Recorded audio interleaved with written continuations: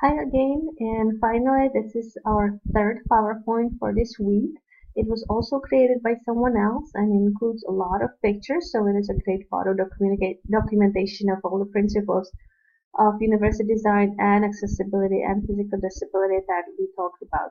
Also, you can find lots of ideas here on your final assignments on a cultural product or an item that you will pick that either serves people with disabilities or and was created for everyone else, or something that was created for people with disabilities and serves to everyone else.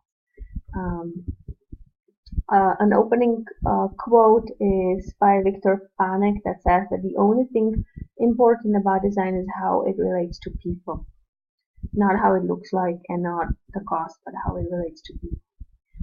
There are several laws in the United States that cover accessibility and universal design.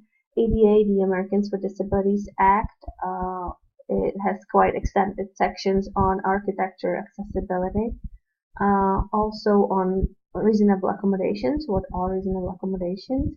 Um, there is a Telecommunication Act that talks about communicating via phones or regarding people who are deaf or hard of hearing. The Rehabilitation Act, Section 508 of the Rehabilitation Act, also covers accessibility. Um, Nowadays, there are more and more people who are older and they are still working. And with working seniors, we encounter a lot of issues in the workplace that we did not in the past because people were physically more active and capable of doing things. Also, our average age of population grows. So we are actually aging in our places, in our own houses and homes and apartments. We don't go to retirement houses that often, and so we need to make our houses accessible as well. Um, we have an option of home health care nowadays that wasn't possible before either. So as we get older and work longer and live longer and have better health care, we all will be dealing with some accessibility and universal design principles in our lives. Uh, People who are making accessible or designing products that are accessible are competing for customers. About 1 in 7 Americans has a disability, is the recent statistics, and about 1 in 3 Americans has a family member or coworker with a disability. Those are mostly parents of our parents that we take care of, who are getting older, and as we know, pretty much everyone will have a disability at some point in their lives as we get old enough. So companies are trying to make better products not only for people who are aging, but after all, these products become easier to use and navigate to everyone else, which is just really beautiful. I will share a lot of pictures now in this PowerPoint on how design has helped everyone and the advancements in technology. Here is just a few opening pictures of what we will cover. Um, there are 6 lessons of universal design. The first lesson is that it tells us that personal experience breeds champions. Second lesson is that support of top management is vital. Third, you can't make what you can't market. Fourth, competition is a great motivator. Fifth, customers' voices are heard. And sixth, legislation is only a start. These lessons are lessons for the industry that makes products that are accessible to people.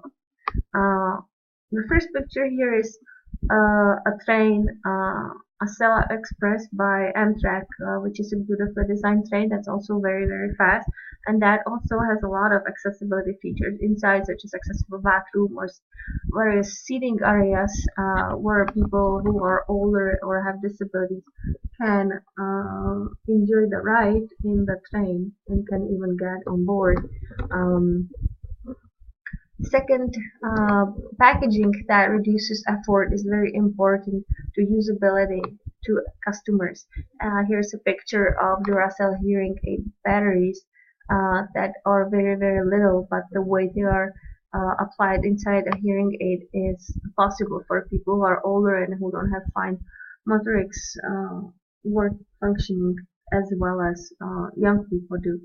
Um, Another picture are shears that are addressing the needs of customers with disabilities, and then they result in a product that everyone wants because these shears are really easy to press compared to others.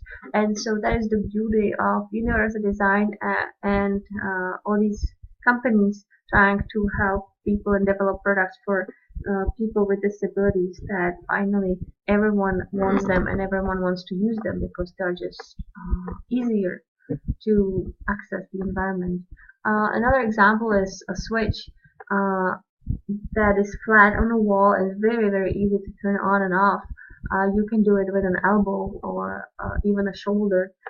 So this is also an idea that everyone wants, and it becomes universally uh, available to people. There's a peeler, a potato peeler by Oxo Good Grips, and the picture says that sometimes Universal Design markets itself because it is just so good that everyone wants to have it. Um, there is a there's a scale that enables people to stand on it with a simple handle, and the screen is right next to the handle, so people with low vision can see it. Uh, it is a scale designed by Philips Healthcare Services, and the pictures describe that simple intuitive use is critical to success of home healthcare technologies. Tupperware is another great example of a universal design. There is an image of a Tupperware that has three different compartments for three different foods. Um, it is made of plastic, so it lasts for not forever, but for a long time. And it says that products that last through several generations should be usable by people of all ages and all abilities. It is not breakable. It is quite cheap. It can be easily carried around. The food can be warmed up in it. So all of these things just make our lives so much easier, and we take them for granted because they are so common now. But someone needed to develop them and make them. Design should be really done for quote average and quote users, and some of us are just a little more average than others. Age, disabilities, and situations make each of us quite unique, but if we design with all these differences in mind, then we would have a world quite beautifully done for everyone. Remember that we are all unique. It goes back to the opening picture that I shared with you, that we are all unique, and that's good, folks, with all those cartoon characters. There's a picture of many, many people standing in a crowd. You are unique just like over 300 million others. But 15 of us have disabilities, and on the picture there's circles of several people, several heads that are about 15% of us, pointing to the people who have disabilities. About 5% of us have cognitive disabilities. So further, there are circles on heads of people who have cognitive disabilities in this crown.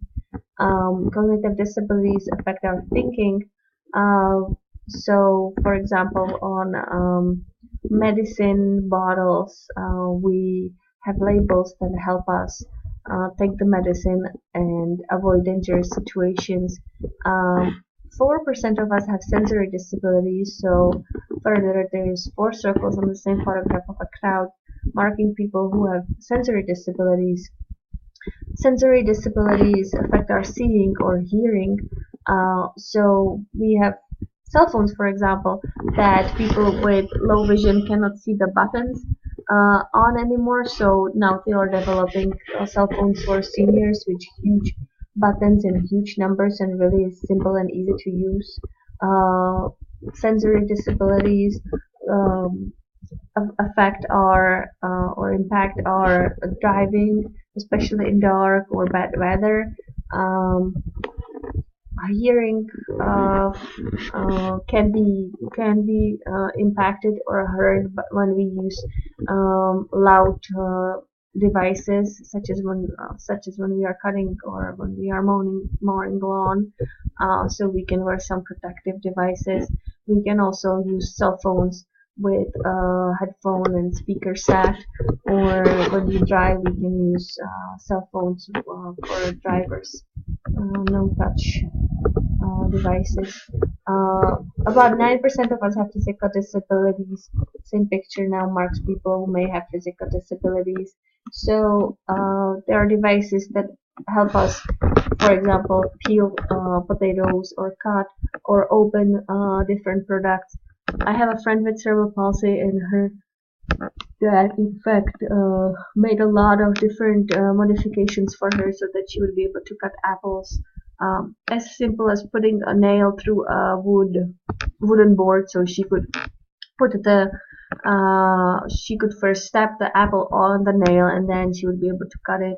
When she had a baby, she wasn't able to buckle the car seat, so that's another thing that people with physical disabilities have to deal with, all these different buckles that they are just not able to do. So he modified it for her, so now she's safely able to buckle her baby. Um, Mobility is a huge thing when it comes to physical accessibilities. Not all of us can walk downstairs or ski, and so again, there are many modifications, and designers are designing things so that everyone can use uh, and, and go, for example, skiing or snowboarding or anything like that. You can see a skier with an artificial leg there enjoying the sport. About 11 of us live with someone with a disability, and um, if, as I said, if we live long enough, we will all be disabled at some point.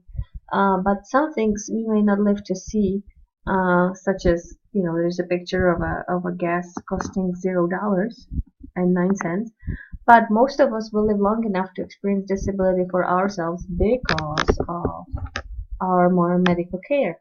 So on one hand, we have a great medical care, but at the same time, we maintain lives for a long time, and we maintain them through some health issues and disability issues that are long lasting. We have a lot of war veterans that are returning, and they also have lots of disability issues um, um, that the medical and healthcare needs to take care of. The way we live and work and play needs to be made accessible. We have a strong generation of baby boomers that have extended careers and active lifestyles, but about half of them are sandwiched between their children and parents that they need to take care of because we live longer.